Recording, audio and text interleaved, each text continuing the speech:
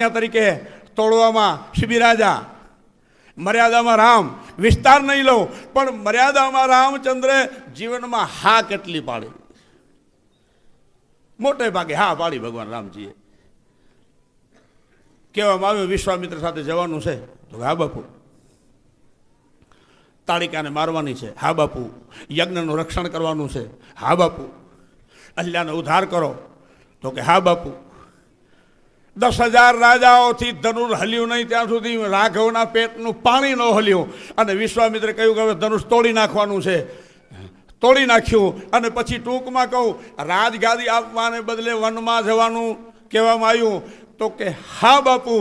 અને ત્યાં ઘરના માણસનું હરણ થયા પછી તો માણસ ન માને ને, પણ જાનકીજીના હરણ થયા પછી કોઈ કહ્યું કે સમજૂતી માટે હજી અંગતને મોકલો. જો રાવણ સમજતો હોય તો એ બ્રાહ્મણનો વંશ છે, એને મારવો ન પડે.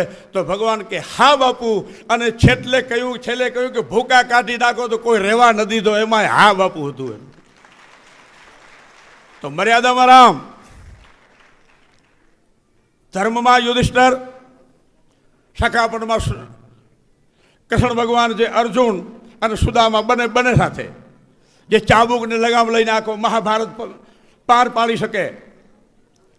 અને કેટલી જાગૃતિ રાખે. નાનપણમાં ભગવાન કૃષ્ણ ગોપીઓના વસ્ત્ર જ્યારે ચોરતો હતો ત્યારે એક ગોપીએ પૂછ્યું હતું કે તું શું બૈરું છો, તું શું છોકરી છો, જેથી આ બહેનોના કપડાં ભેગા કર.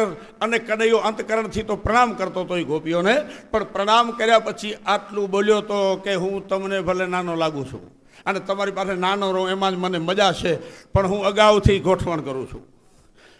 અને પછી કોઈએ પૂછ્યું હતું કે ગોઠવણમાં શું? જેમ અગાઉથી કોઈ સારો ખેડૂત ઘણો બધી કળબ કે ચારો કે ભેગો કરી રાખે કે જરૂર પડે ત્યારે ગજી ખોલવામાં આવે, ભગવાન કે વ્યવસ્થા કરું છું. અને પછી કોઈ પૂછ્યું હતું કે તેથી બહેનોના વસ્ત્ર તે ભેગા કર્યા હતા, તે જે કપડાં ચોર્યા હતા અથવા તો લઈને ભાગ્યો હતો, એનું પછી શું કર્યું? અને ત્યારે કૃષ્ણે જવાબ આપ્યો હતો કે 999 દ્રૌપદાજીને પૂરી દીધા હતા, અને બાકી વધ્યા ત્યારે દુર્યોધન ને કૌરવને મારા કુટુંબ ખરા ને કફન કરીને ઉપર ઓટાડી દીધા હતા. અર્ધ કૌરવારો કફન અને અર્ધ દ્રુપદ જાચીર. તો ક્ષત્રિય જે ઉંમરમાં, જે સમયમાં, જે પ્રમાણમાં જે પાત્ર લીધું છે એને પૂરેપૂરું નભાયું છે.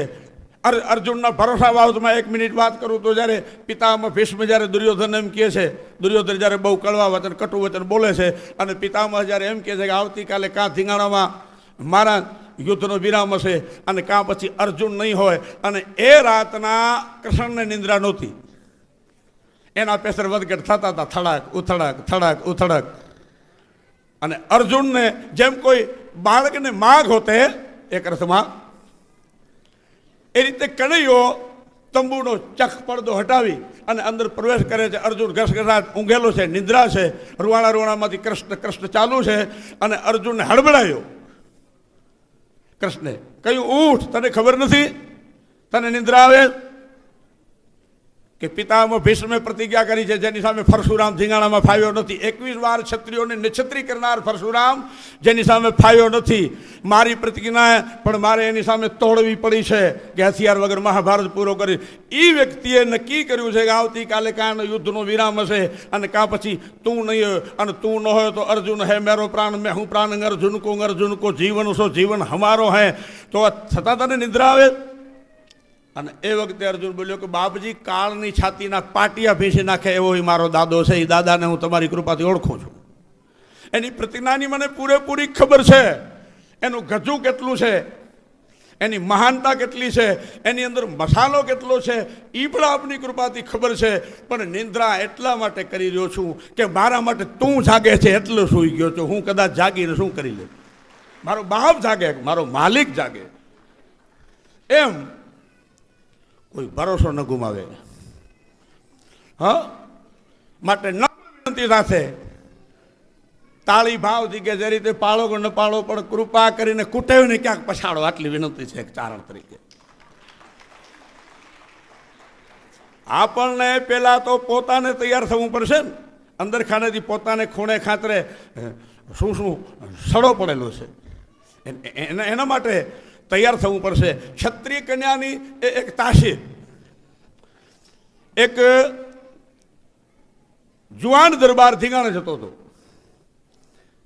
અને એની પત્નીએ આટલું કહ્યું કે હું તમને ધીંગાણામાં જવા માટે રોકતી નથી, તમે ધર્મને માટે જાઓ છો, ધરતીને માટે જાઓ છો, ઇજ્જતને માટે જાઓ છો, એટલે મારે બે હાથમાં લાડુ છે, તમે પાછા આવશો તો જીતીને જ આવશો અને મરશો તો મારા માટે એ હારનો વિષય નથી, પણ 1 મિનિટ ઊભા રહો, આજે મારે પહેલાં બળી જવું છે. અને દરબારે પૂછ્યું પહેલાં બળી જવાનું કારણ શું? તમને મારા વેમ પડે છે કે હું ત્યાં શુક્રવાર નહીં કરું, મારાથી કંઈ નહીં થાય, એ તમને શરમ દીધો કે એ રૂવાણામાં મને ખ્યાલ છે તમારી કે એ 2 પખા ઉજળા છે, એ તકલીફ નથી, પણ પહેલાં બળી જવાની તૈયારી મારી એટલા માટે છે આજે કે ધીંગાણામાં જે સુરવીર સ્વામી છાતીએ મરે ધર્મ માટે, ધરતી માટે, ઇજ્જત માટે, એને સ્વર્ગ મળે અને સ્વર્ગ મળે ત્યારે અપ્સરાઓ એને વરમાળા પહેરાવે. તો આ રાજપૂતાણી પોતાના પતિદેવને કહેતી હતી કે કદાચ તમારું મરણ થાય, તમે ધર્મ માટે કામ આવી જાઓ અને અપ્સરા તમને વરમાળા પહેરાવે, એ મને પોષાણ નથી, પહેલાં બળી જાઓ તો હું સ્વર્ગમાં પહેલી ઊભી હોઉં અને કદાચ અપ્સરા દોડે તો અપ્સરાને કહી દઉં કે આના પર તારો હક નથી, મારો પતિદેવ બીજી પત્નીને ન પરણી શકે. એનો જે શીલ, એનો જે સંયમ, એનો જે સિદ્ધાંત એટલે સુધી મજબૂત રાખવાની કે તૈયારી છે. એ કે મારા રોટલા તમે ખાધા, તમે પાછા પડવાના નથી, જીતીને આવશો, જીવતા છો તો જીતીને આવશો અને મર્યા પછી એ અમર થશો, એ રીતે જશો, પણ પહેલાં અપ્સરાના તમે ઓલાને બની જાઓ. અને 2 મિનિટ માટે એટલું કહીશ કે દૂધ ને પાણી એકબીજામાં ભાઈબંધી કરે તો જે કિંમત દૂધની આવે એને એક કિંમત પાણીની આવે. અગ્નિમાં ચડાવ્યા પછી પહેલાં પાણી બળે, પાણીને વિચાર આવે કે એણે પોતાની કિંમત આપી દીધી, હું છું ત્યાં સુધી આને આંચ નથી આવવા દેવી, એટલે પહેલાં પાણી બળી જાય. પાણી બળ્યા પછી દૂધને વિચાર આવે કે મારા માટે જાન આપી દે એવો ભાઈબંધ જો બળી ગયો તો મારે રહેવું નથી, અને ઉભરો આવે અગ્નિમાં પડવા માટે. અને ઉભરાતા દૂધમાં કોઈ થોડોક પાણી નાખી દે તો દૂધ પાછો બેસી જાય, દૂધ સમજે કે મારો ભાઈબંધ પાછો મળી ગયો. પણ એ દૂધને પાણી વચ્ચે કોઈ ખટાણનું એક ટીપું નાખી દે, ખટાણનું એક છાંટો, તો સવારમાં દૂધ અલગ અને પાણી પણ અલગ. એટલે એક તો લાગણીમાં, પ્રેમમાં, ભાવનામાં એક તો કપટરૂપી ખટાણ ન પડવું જોઈએ. અને એ વાતને જરાક આગળ ખેંચીએ તો દૂધ અને પાણીને એક છાંટા છાશથી અલગ પડવું પડ્યું, પણ છાશ ખાનદાન કુટુંબની હતી, કુળવાન કુટુંબની હતી, જાતવાન કુટુંબની હતી.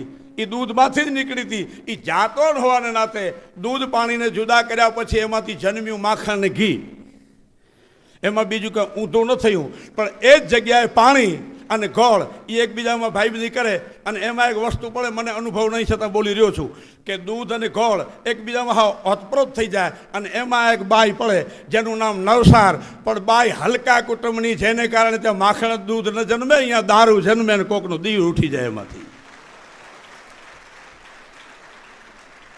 તો આહાર, વિહાર, ઉદ્ગાર, સંસ્કાર, આચાર, સંગત આ બધા ચોખ્ખા રાખે. અને આ 13મો સેરેમની એને ઉલટો વાંચો તો નીમ રહેશે મોર તે. એટલે આદિ અનાદિથી જે આપણા સિદ્ધાંત છે, આપણો જો ગૌરવ છે, એ નિયમ બરાબર જળવાવા જોઈએ. એના માટે પૂરો પ્રયત્ન થવો જોઈએ. એક મહાત્માને પૂછવામાં આવ્યું કે અમુક દેશ આપણા કરતાં આમ આગળ નીકળી ગયા લાગે છે અમુક બાબતોમાં, તો આપણે શું નબળા છીએ? તો પહેલાં મહાત્માએ જવાબ આપ્યો હતો કે એક પાસે ઘોડો હતો, એક પાસે ગધેડો હતો, અને બંને મુસાફરીએ નીકળ્યા. એમાં વચ્ચે વિસામો ખાતો, એમ ઘોડાવાળાએ કાંઈક કેફ કરી લીધો. કેફ કરવાને કારણે જરાક જોલો નિંદ્રામાં પેલો ગધેડે ચડીને રવાનો થયો, એટલે થોડોક આગળ નીકળી ગયો. આ બાજુ જાગ્યો ત્યારે એને અફસોસ થયો કે ગધેડો આગળ નીકળી ગયો છે. એ વખતે હમચી કૂદતો કેકાણ ઘોડો બોલ્યો, એ કે ભલા માણસ તું નશામાં પડ્યો, એમાં થોડોક આગળ નીકળી ગયો, બાકી ઉપર રાંગ વાળતો હું ઘોડો છું, આગળ જઈ જઈને કેટલોક જશે, ખાલી ઉપર બેસી જો. એમ આપણો જે ઇતિહાસ, આપણો જે ગૌરવ, આપણો જે સિદ્ધાંત, એ તો શું ને શું છે, ખાલી એનો આશરો લીધા ભેગો. તો જુવાન ભાઈઓને ફરી એકવાર નમ્ર પ્રાર્થના કે જે જુવાનને પૂછવામાં આવતું કે તારી માતાઓ કેટલી, તો કીએ જન્મ દેનારી જનેતામાં, ધરતીમાં, ગાયમાં, ગીતામાં. એ જનેતામાં, ધરતીમાં, ગાયમાં અને ગીતામાં ચારે ચાર માને બોલીને સિનેમા ને પનામા ને બાટલીમાં ને એનીમાં ને નાહકની માં બનાવી લીધી, એટલે નમાલો દેખાય છે ક્યાંક ક્યાંક. તો સાદર ભાવના સાથ અહીં નવ રોગે 1000 મણ યથાશક્તિ જ્યાં જરૂર છે ત્યાં વપરાય છે. એ બધું બધાને પ્રણામ. કારણ કે કુરાણમાં પણ આ શબ્દ લખેલો છે કે એક ભૂખેલાને આખી ધરતીનું દાન કરવું એના કરતાં અન્નદાન શ્રેષ્ઠ છે, કારણ કે એના જીવનનો મુદ્દો છે. તો આપ સૌની ભાવનાને પ્રણામ કરીને, ભગવતીને નમસ્કાર કરીને, ભગવતીને પ્રાર્થના કે આપ રાજી તો છો પણ વિશેષ રીતે રાજી રહે એવી ભગવતીની પ્રાર્થના સાથ આપ સૌની ભાવનાને નમસ્કાર કરીને, આટલી ભાવનાથી આપ સાંભળી રહ્યા છો. મને કોઈ મજૂરીએ ન રાખે એટલો ગાંડો માણસ છું, છતાં આપના સૌના હૃદયમાં રહેલી ભાવનાને ફરી નમસ્કાર કરીને જય ભગવતી. નમસ્કાર, નમસ્કાર, નમસ્કાર. ખૂબ ખૂબ આભાર બાપુ આપના આ પ્રેરણાદાયક વચનો બદલ.